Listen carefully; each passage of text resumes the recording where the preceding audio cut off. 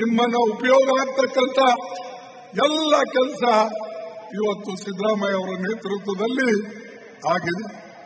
ಅವ್ರಿಗೆಲ್ಲರೂ ಸಹಕಾರ ಕೊಡ್ತಾ ಇದ್ದಾರೆ. ಆದ್ರೆ ಒಂದೊಂದು ಸಾರಿ ಪತ್ರಿಕೆಯಲ್ಲಿ ದಿನ ನೋಡ್ತೀನಿ ನಾನು, ಅದು ಯಾಕೆ ಬರ್ತದೋ ಏನೋ ನನಗೆ ಗೊತ್ತಿಲ್ಲ. ಎಲ್ಲರೂ ಪಾರ್ಟಿ ಕೆಲಸ ಮಾಡ್ತಾನೆ ಇರ್ತಾರೆ, ಎಲ್ಲರೂ ತಮ್ಮ ತಮ್ಮ ಇಲಾಖೆಯಲ್ಲಿ ಕೆಲಸ ಮಾಡ್ತಾ ಇದ್ದಾರೆ, ಗ್ಯಾರಂಟಿಗಳು ಕೊಡ್ತಾ ಇದ್ದಾರೆ. ಗ್ಯಾರಂಟಿಗಳು ಕೊಟ್ಟಿಲ್ಲ, ಇಲ್ಲಿ ತಾವು ಪ್ರಾಮಾಣಿಕವಾಗಿ ಹೇಳಿ.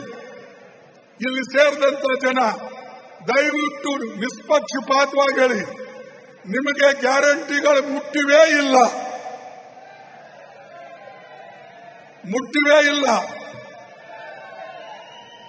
ಮತ್ತೆ ಗ್ಯಾರಂಟಿ ಮುಟ್ಟಿದ ಮೇಲೆ ನೀವು ನಮ್ಮನ್ನ ಹೊಗಳಬೇಕೋ ತಗೊಳ್ಬೇಕು ನೀವೇ ಹೇಳಿ. ಅದಕ್ಕೆ ನಮ್ಮ ಪಾರ್ಟಿ ಅಂದ್ರೆ ಕೆಲಸದ ಮಾಡಿ. ಇಂದಿರಾ ಗಾಂಧಿ ಅವರ ಕಾಲದಲ್ಲಿ 10 ಔಷಧ ಕಾರ್ಯಕ್ರಮ ಇಡೀ ದೇಶ ತುಂಬ ಕೊಟ್ಟೆವು. ಆದ್ರೆ ಕೆಲವು ಜನ ಬೈದರು ಅವಾಗೂ ನಮಗೆ. ಅದು ಆದ್ಮೇಲೆ 20 ಔಷಧ ಕಾರ್ಯಕ್ರಮ ಕೊಟ್ಟೇವೆ. ಅದನ್ನು ಕೂಡ ಅಂದಿನ ದೇವರಾಜ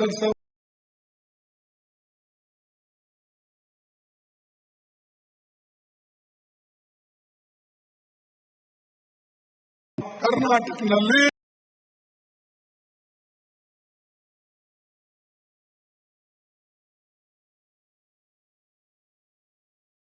ಕಡೆ ಆಯ್ತು. ಅನೇಕ ಜಮೀನ್ದಾರಗಳು ಜಮೀನು ಕಳ್ಕೊಂಡು ಅವರು ಇಂದಿರಾ ಗಾಂಧಿಗೆ ಬೈತಿದ್ರು. ಇದು ಎಲ್ಲ ಮಾಡಿದ್ಯಾರು? ಕಾಂಗ್ರೆಸ್ ತತ್ವ ಅಂತ ಒಂದು ಕೆಲಸ ಇವತ್ತು ಮೋದಿ ಅವರು ತೋರಿಸಿ ನಿಮಗೆ. ಭೂ ಸುಧಾರಣೆ ಕಾನೂನು ಇನ್ನು ಬಿಟ್ಟು ಹೋಗಿದೆ. ಬಿಹಾರ್, ಯುಪಿ, ಗುಜರಾತ್ ಇಲ್ಲೆಲ್ಲ ಇನ್ನೂ ಬಿಟ್ಟು ಹೋಗಿದೆ. ನೀವು ಯಾಕೆ ಅದನ್ನ ಇಂಪ್ಲಿಮೆಂಟ್ ಮಾಡೋದಿಲ್ಲ? ನೀವು ಯಾಕೆ ಬಡವರ ಹತ್ರ ಹೋಗೋದಿಲ್ಲ? ಬಡವರ ಹತ್ರ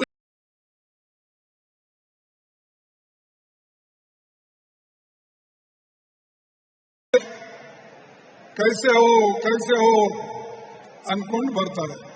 ಇದರಿಂದ ದೇಶ ಉದ್ಧಾರ ಆಗಲ್ರಿ. ದೇಶ ಉದ್ಧಾರ ಆಗ್ಬೇಕಾದ್ರೆ ದೊಡ್ಡ ದೊಡ್ಡ ಕಾರ್ಖಾನೆಗಳು ಬರಬೇಕು, ದೊಡ್ಡ ದೊಡ್ಡ ನಮ್ಮ ಇನ್ವೆಸ್ಟ್ಮೆಂಟ್ ಬರಬೇಕು.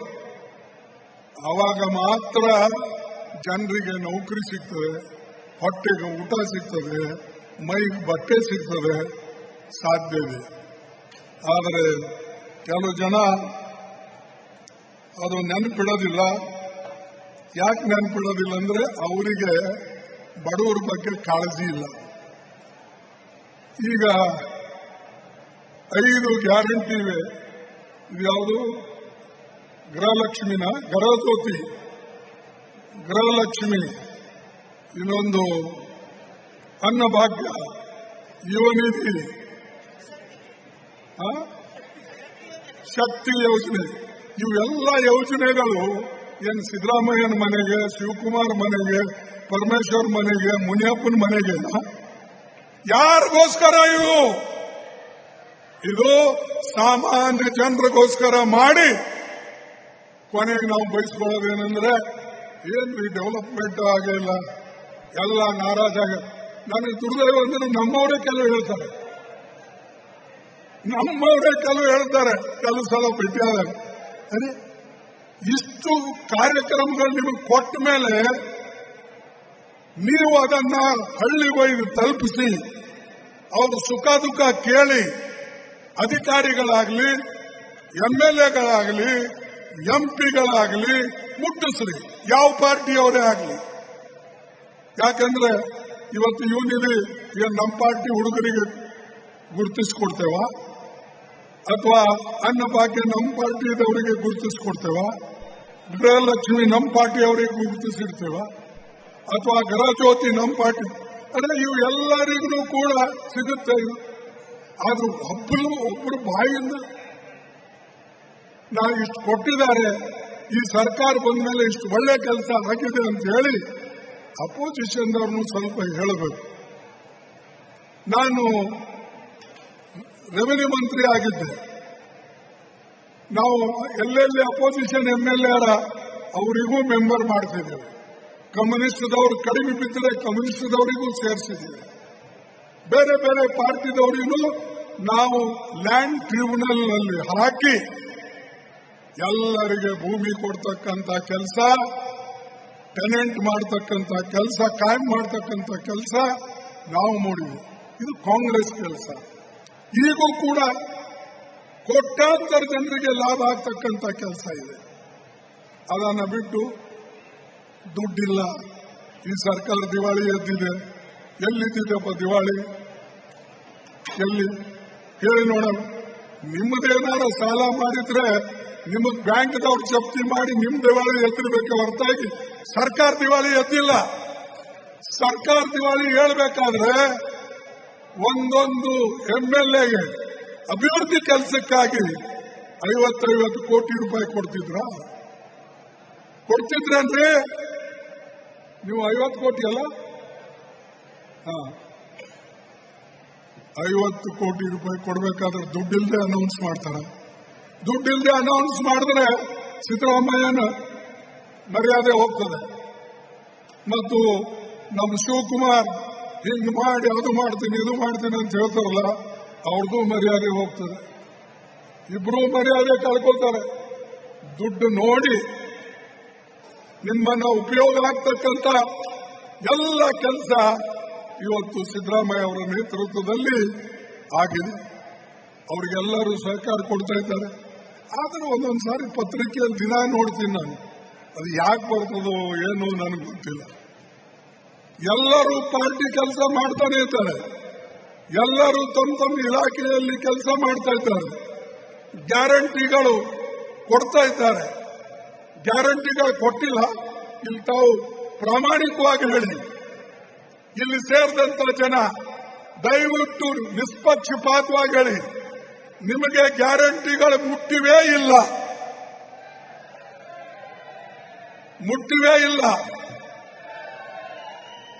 ಮತ್ತೆ ಗ್ಯಾರಂಟಿ ಮುಟ್ಟಿದ ಮೇಲೆ ನೀವು ನಮ್ಮನ್ನ ಹೊಗಳಬೇಕೋ ತಗೊಳ್ಬೇಕೋ ನೀವೇ ಹೇಳಿ.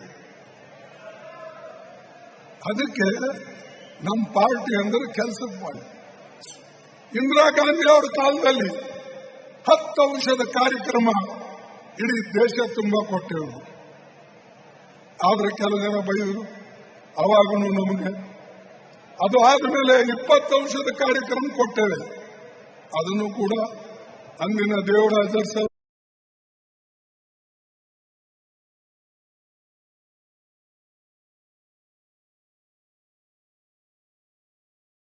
ಕರ್ನಾಟಕದಲ್ಲಿ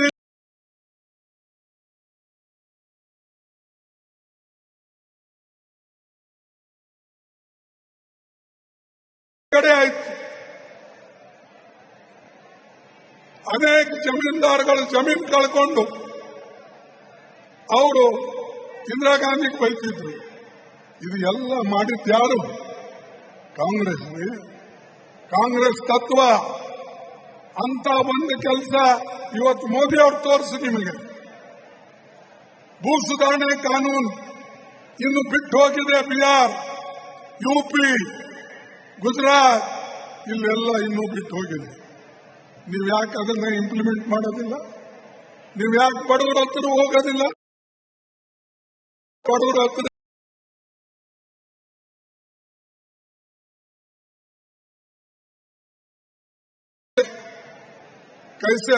ಕೈಸೆ ಹೋ ಅನ್ಕೊಂಡು ಬರ್ತಾರೆ. ಇದರಿಂದ ದೇಶ ಉದ್ಧಾರ ಆಗಲ್ರಿ. ದೇಶ ಉದ್ಧಾರ ಆಗಬೇಕಾದ್ರೆ ದೊಡ್ಡ ದೊಡ್ಡ ಕಾರ್ಖಾನೆಗಳು ಬರಬೇಕು,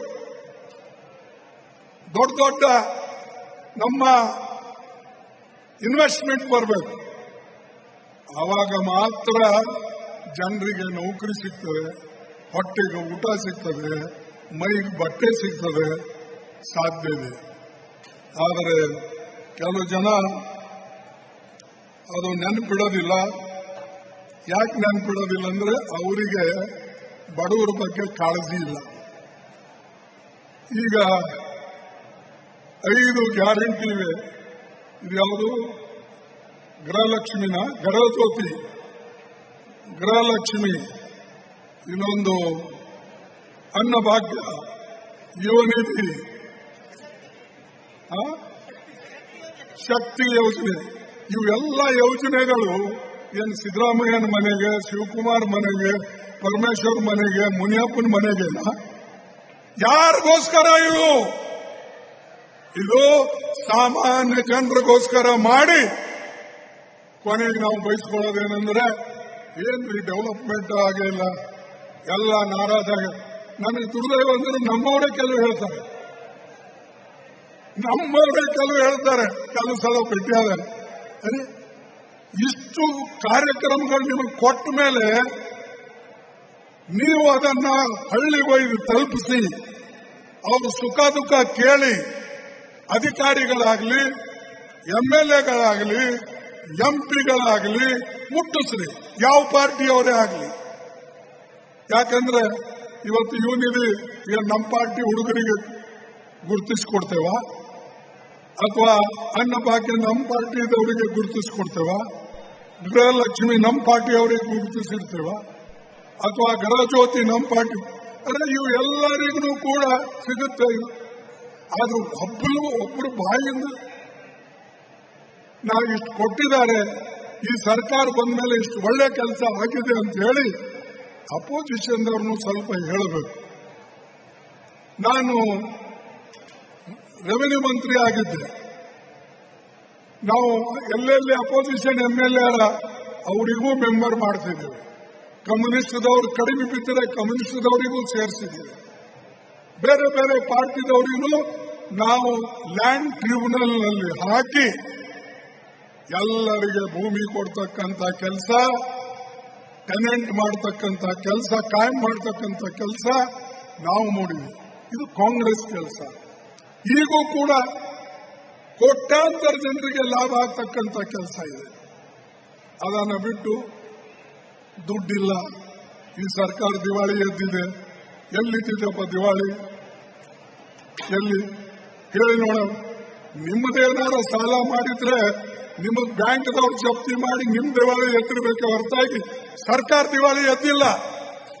ಸರ್ಕಾರ ದಿವಾಳಿ ಹೇಳ್ಬೇಕಾದ್ರೆ ಒಂದೊಂದು ಎಂಎಲ್ಎಗೆ ಅಭಿವೃದ್ಧಿ ಕೆಲಸಕ್ಕಾಗಿ 50 ಕೋಟಿ ರೂಪಾಯಿ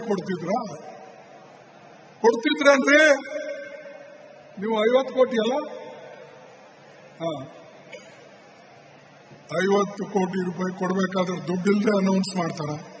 ದುಡ್ಡಿಲ್ಲದೆ ಅನೌನ್ಸ್ ಮಾಡಿದ್ರೆ ಸಿದ್ದರಾಮಯ್ಯನ ಮರ್ಯಾದೆ ಹೋಗ್ತದೆ. ಮತ್ತು ನಮ್ಮ ಶಿವಕುಮಾರ್ ಹಿಂಗ್ ಮಾಡಿ ಅದು ಮಾಡ್ತೀನಿ ಇದು ಮಾಡ್ತೀನಿ ಅಂತ ಹೇಳ್ತಾರಲ್ಲ, ಅವ್ರದ್ದು ಮರ್ಯಾದೆ ಹೋಗ್ತದೆ. ಇಬ್ರು ಮರ್ಯಾದೆ ಕಳ್ಕೋತಾರೆ. ದುಡ್ಡು ನೋಡಿ